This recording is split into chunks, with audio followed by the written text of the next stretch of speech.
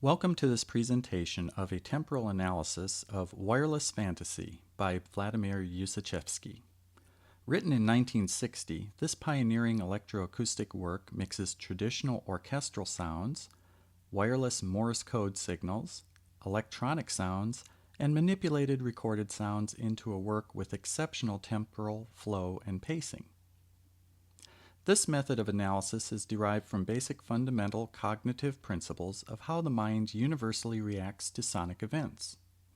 This method of analysis is presented in another presentation on this site, An Introduction to the Analysis of Temporal Elements in Music.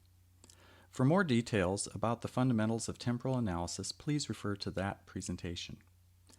This work is available on the CD Vladimir Ussachevsky Electronic and Acoustic Works on New World Records or via download on iTunes or other online sites.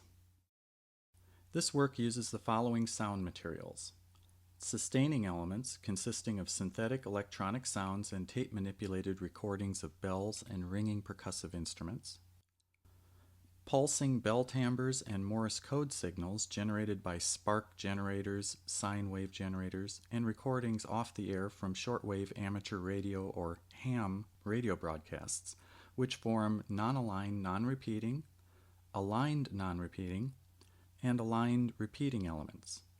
Ham radio operators use a basic 3-to-1 ratio in their formation of dots and dashes, and this results in an alignment to a rapid pulse, often heard as a subdivision, albeit in a shifting asymmetrical meter. As a former ham operator myself, call sign KA0CPA, I personally, like Ussachevsky, find Morse code to be very musical. This work was commissioned by the DeForest Pioneers, a group named after vacuum tube inventor Lee Doc DeForest, whose name is embedded in the Morse code used in this work. Finally, an excerpt from a recording of Wagner's Parsifal is used in the middle section, forming an aligned non-repeating element. This work was personally chosen by DeForest as the first piece of music ever to be broadcast via radio. For more information about the interesting background and context of this work, I highly recommend Richard Beaudian's excellent article in Organized Sound that presents a traditional analysis of this work. An overview of this work shows a well thought out layering of temporal elements that results in an arching form. Ussachevsky's choice of the most stable temporal elements, sustaining and aligned repeating, to open the work provides a solid foundation for the listener in this pioneering work and is worth a closer examination. The work opens with a slow fade-in of a morphing sustained element. This choice of material provides stability with interest. 5 seconds into the work, an aligned repeating 2-note bell timbre emerges, followed by a less consistent and slightly less stable aligned repeating Morse code figure. Then at 26 seconds, a more complex alternating bell timbre figure. In a temporal overview, all of these may be grouped together as a continuous aligned repeating element, just as varying sustained elements that underline this section may also be grouped together. A spark generator clip of Morse code forms a single event, since it's within the psychological present, and introduces the less stable material that follows. This following material consists of speed-manipulated, aligned, non-repeating Morse code and wildly varying static, which in itself is on the border of being a non-aligned, non-repeating element and a fused sustaining texture. This fine choice of material creates a multi-layer fabric of elements that vie for the listener's attention and cognitive focus, and builds instability and tension. Finally, the previous spark generator event is repeated only twice, not enough to form a background repeating element, yet familiar enough to allow some degree of foreground focus in the listener's mind. Let's listen to this example and follow along.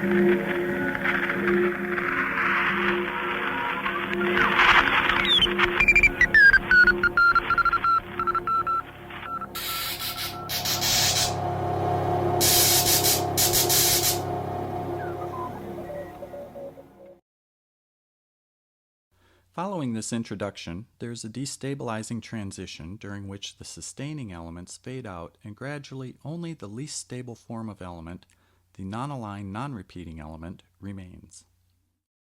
The sustaining elements return and lead into the Wagner quote via a temporal cadence that we will examine later. The familiar Parsifal quote forms the foundation of this middle section, with unstable clips of Morse code layered over the top. These Morse code passages begin as non-repeating, then slightly more stable long repeating elements, and then, as the passage comes to a closing cadence, shorter repeated passages that create a stable temporal cadence. This sets up the coda, which restabilizes into a symmetrical ending that mirrors the sustaining elements that faded in at the beginning, closing the work.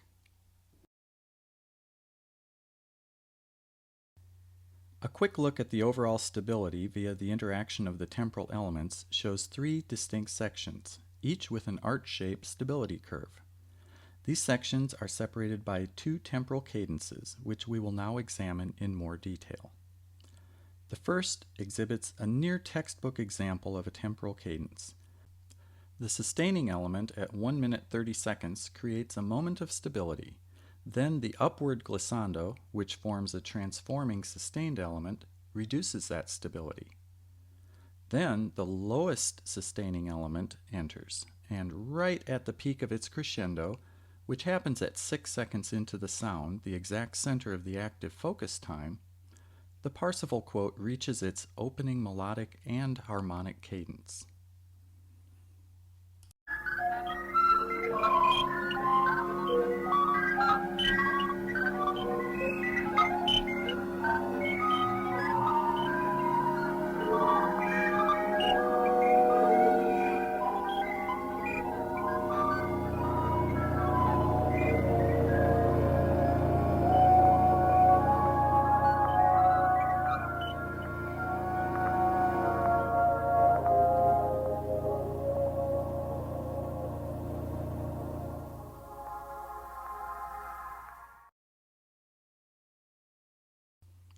The second major cadence occurs at the end of the Parsifal quote, and again shows Ussachevsky's mastery of flow and pacing. As the long repeating, aligned repeating element fades out, the final pulse aligns with another musical cadence in the Wagner quote. A brief event creates a moment of instability before the more stable, aligned repeating Morse code passages arrive. The final pulse of this fragment aligns musically with the beginning of a 2-3 suspension in the stronger final cadence of the Wagner quote, and as the third resolves, the final sustaining element emerges in perfect alignment. A final Morse code element, the code GN for good night, a common conclusion to ham radio broadcasts, creates the final closing gesture, and the sustaining element is slowly filtered into nothingness at regular intervals, thereby creating a hybrid, sustained, aligned element.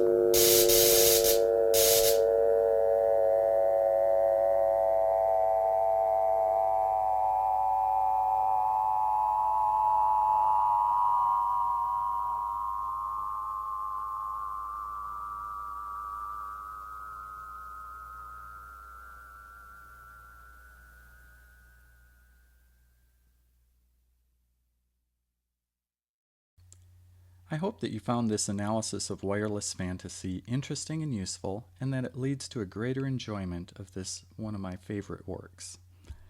Comments, questions, or applications of this system are welcome, and more information may be found on my website at www.robertfrankmusic.com. Thank you.